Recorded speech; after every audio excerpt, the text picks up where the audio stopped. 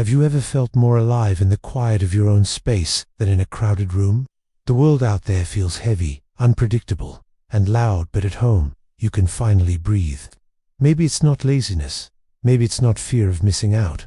Maybe, deep down, your soul has learned that safety doesn't live in the streets, the parties, or the endless chatter. It lives here, in these four walls, in the soft hum of solitude, in the freedom to be exactly who you are, without performing, without explaining, without pretending. Psychologists have a term for this: introverted home preference, though that's only scratching the surface. It's when a person finds the outside world draining, unpredictable, or unsafe, and the inner world, the home, the private space, becomes a sanctuary. If you're watching this video, chances are you know exactly what this feels like. You might feel guilty for skipping social events. You might wonder why being around people exhausts you, why crowds feel like a weight pressing down on your chest. But here's the truth: preferring home isn't weakness, it's a coping mechanism. It's the mind and body learning to protect itself from overstimulation, from emotional chaos, from a world that can feel harsh or indifferent. Some people look at your quiet life and see laziness, others see fear. But what they don't understand is the emotional calibration happening inside you. Every time you choose your space over a gathering, you are choosing your mental stability, your emotional survival. You may have grown up in a home where noise, chaos, or unpredictability were constants. You may have learned, without realizing it, that the safest place to be was where you could control the environment. The home became not just a physical shelter, but a psychological one, a space where the anxiety stops, where judgment pauses, where you can exist without performing. And yet, there's a paradox. While the home provides comfort, it also becomes a cage if you let it. It can protect you, yes, but it can also limit the depth of your experiences, the growth of your emotional resilience, the connections that might bring warmth rather than stress. This video isn't about telling you to go out more or be social. It's about understanding why staying home feels right, why you crave it, and why your mind has learned to treat the outside world as optional, even dangerous. By the end, you'll see yourself not as lazy or antisocial, but as a human being whose nervous system remembers, whose heart seeks safety, and whose mind is quietly, faithfully, surviving. It often begins in childhood. Perhaps your parents were unpredictable, sometimes loving, sometimes critical. Maybe your home was chaotic, loud, or emotionally volatile. Or perhaps it was emotionally distant, cold, or absent in its attention. The specifics can vary, but the pattern is the same. Your inner world learned early that the outside of your own control is unsafe. Imagine being 8 years old. You come home from school, and instead of relaxation, there is tension. A sibling is crying. A parent is upset. The phone rings. Your teacher calls. Neighbors shout.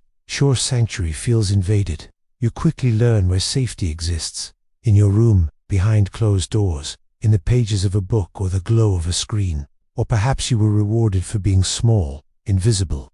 Quiet kids are safer in households where conflict or criticism is loud. You might have been told, directly or indirectly, that your needs are secondary, that your voice isn't important. And so, your internal compass shifted. The world is unpredictable. Home is predictable. Safety is isolation. By adolescence, this pattern becomes internalized. The outside world is noisy, judgmental, exhausting. Your friends might complain that you never go out, but inside, you feel relief. The outside triggers vigilance. Every social interaction is a performance.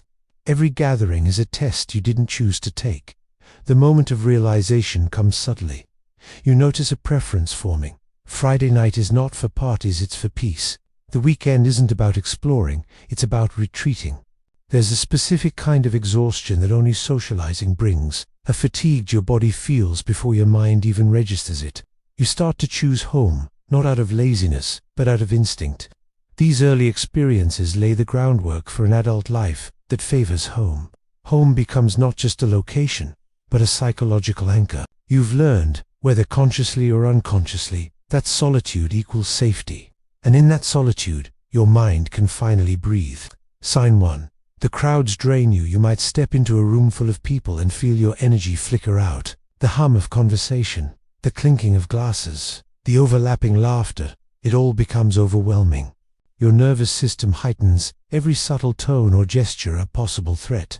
You crave the quiet that comes after leaving, the slow exhale of returning to your safe zone. Sign 2. You feel guilt for wanting alone time when friends invite you out. You feel that tug of war inside. You want connection, yet the idea of leaving your sanctuary fills you with unease. You might make excuses or feel ashamed, as though your preference for home is selfish or lazy, but really, it's your internal system protecting itself. Sign 3. Home feels like your armor. Home is more than shelter, it's a protective layer. You can control the environment, the stimuli, even the people who enter. You curate your space so that it shields you from unpredictability, judgment, or emotional chaos. It's comforting, yes, but it can also become a barrier to new experiences. Sign 4. Social anxiety is a constant companion even if you long for connection. Approaching social interactions triggers tension. Your heart races. You overthink every word. You notice every subtle social cue and wonder if you're performing correctly. Home allows you to remove that anxiety entirely. And once inside, it's almost intoxicating to finally relax. Sign 5. You're highly observant and sensitive. You notice the smallest shifts in tone, mood, or expression. You anticipate conflicts, discomfort, or judgment before they happen. This hyper-awareness made sense when you were younger. It was a survival mechanism. Now, it sometimes makes stepping into social spaces feel like navigating a minefield. Sign 6. Solitude feels nourishing. Being alone doesn't feel lonely, it feels regenerative. You'll recharge in silence, in the familiarity of your routines, in the small rituals of home. There's a depth of creativity, introspection, and emotional processing that only emerges in these quiet hours. Sign 7. You have a rich inner world. Your imagination, memories, and thoughts become companions. Books, music, art, and self-reflection take on a sacred role. You don't just pass time at home, you explore, feel, and understand yourself. The outside world can never compete with the richness of your inner life. Sign 8. Social media feels like a substitute. You connect online because it allows boundaries, control, and predictability. You can engage on your terms, choosing when, where, and how to interact. It's safer than spontaneous real-world encounters. Sign 9. You experience conflict between desire and comfort sometimes. You yearn to go out, to explore, to connect, but the pull of home is stronger. This tug-of-war can create guilt, shame, or self-judgment. You might feel like you're missing out, but in truth, you're honoring your nervous system's wisdom. Sign 10. Boundaries are sacred. You have an instinctive need to protect your space, energy, and time. Saying no comes naturally, not from rudeness, but from self-preservation.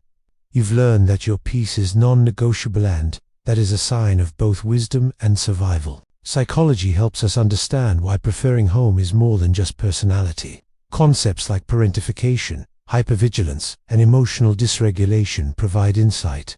When children grow up needing to monitor their environment constantly, whether for emotional safety or conflict, they often develop heightened awareness and a need for controlled spaces. Research shows that early exposure to inconsistent or unpredictable environments leads to what psychologists call attachment patterns.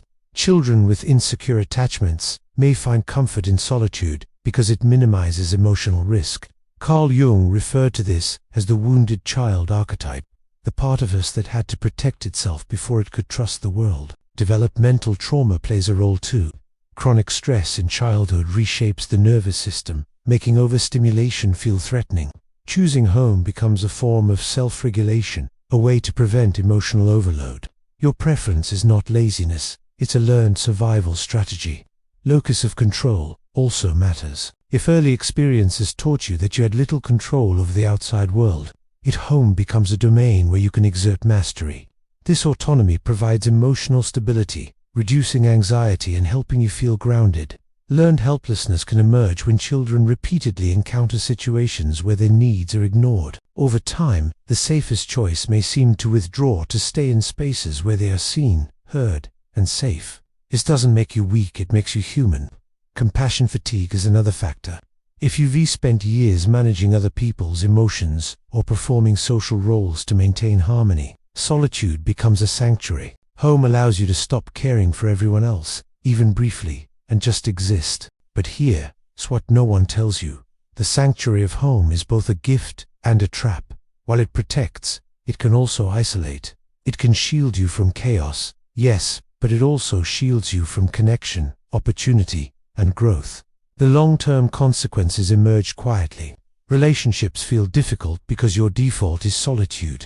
The outside world triggers anxiety, while intimacy can feel invasive. You might feel chronically lonely, even when surrounded by people. There's an ache, a recognition that safety comes at the cost of closeness. Identity confusion can follow. You wonder, who am I outside my walls? The self that exists at home is authentic, yes, but the self that engages with the world feels foreign, anxious, or unskilled. This dissonance breeds guilt, self-doubt, and sometimes shame. Exhaustion also emerges, not the physical exhaustion of work, but the emotional fatigue of constant vigilance.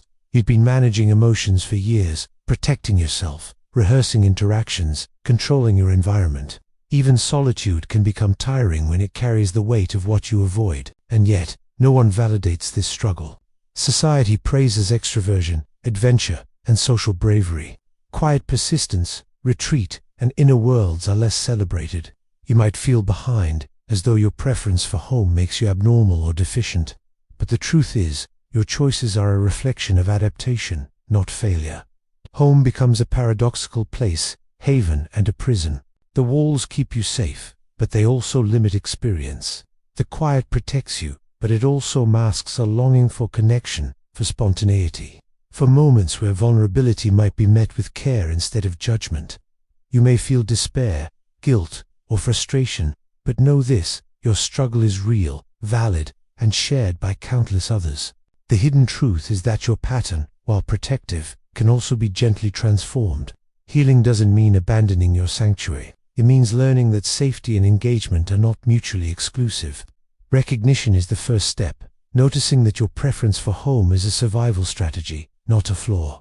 You deserve to rest without guilt. You deserve to establish boundaries without shame. Start small: a coffee with a trusted friend, a short walk outside, a quiet lunch in a nearby park.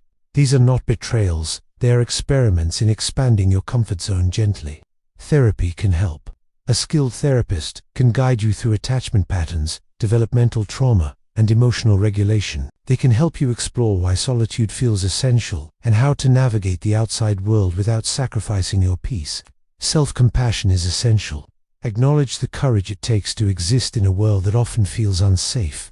Celebrate the small victories, leaving the house when it feels uncomfortable, saying yes when fear whispers no, embracing experiences without abandoning your sanctuary. It's a journey, not a destination. Some days you'll retreat, some days you'll engage. Both are valid. Both honor your needs. Both are steps toward integrating safety, autonomy, and connection. You are not alone. Millions share this struggle, quietly navigating their inner lives while learning to trust the outside world. And slowly, steadily, you can learn that the walls that once protected you can coexist with moments that enrich, challenge, and nourish you. If this video resonated with you, know this: your preference for home is not a failing. It is a testament to your survival, your awareness, and your sensitivity. You have learned to protect yourself in a world that can feel unpredictable, and that is a strength. You are allowed to rest. You are allowed to choose safety without guilt. You are allowed to expand your experiences at your own pace. You are allowed to explore, to connect, to exist fully both inside and outside your walls. The walls you built once kept you alive. Now, you have the choice to let them support you, not confine you. To venture into the world when you are ready, and return to home when you need refuge. To live with balance, self-compassion, and curiosity. You never had full control as a child.